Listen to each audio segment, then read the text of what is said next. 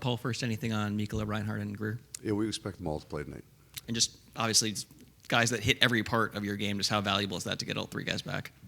Well, they're all different kind of leaders with Sam in the preparation and the mental part of the game. Nico's got an intensity that he brings to our room and to the bench and to the game that he plays. And AJ's a really fast physical player, so he brings that physicality leadership in our room as well.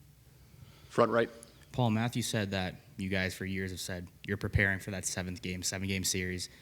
Obviously, a 3-1 lead, chance to go back to the Cup final. Just is there any shift in mentality at all, or is it still that we're going to go for that seventh game? No, fighting to not have your mentality shift is the key piece. So to cement an idea, to make it part of your identity, you have to have successes and failures in that.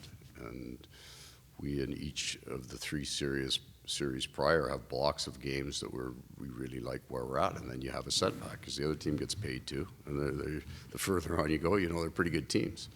So a loss isn't a failure. That sounds so contrite. Like, you lose a game, there's a reason for it, and being able to identify the reason, hopefully it's not something that you haven't seen before, and I'm not meaning the other team, like you've got a new problem cropping up that you've never had to deal with before. The more experience your team has, the less likely I think that happens. So the mentality of a 7-game series, it relates to our style of play, and it really relates to handling every day. Right side, second row. Hey, Paul, how much connection is there between you not in love with the way you guys played in Game 4 and these 3 injured guys coming back for Game 5, with you just being 1 win away from the Cup final? Well, none. I mean, I have no say in when players play and when they don't, none.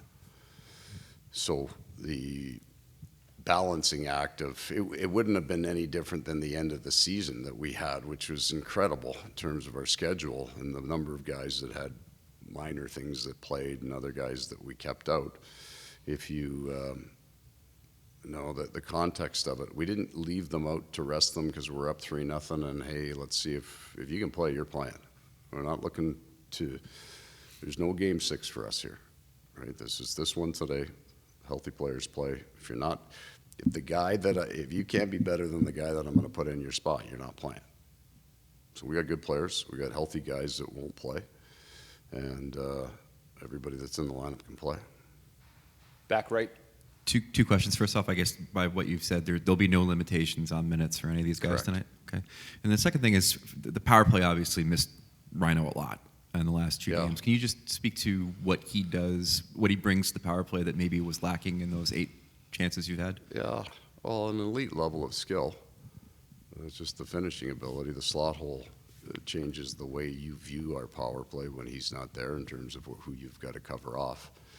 I think it still leaves us at running about 30%, so I would expect that we would have some chances on our power play early that went in that you wouldn't always expect to go in, and we had a bunch that we missed in the last 2 games that you might have an expectation that one of those will go for you. I don't feel that there's been a structural change that caused us a problem by either what we weren't doing very well or there was something that they had significantly keyed in.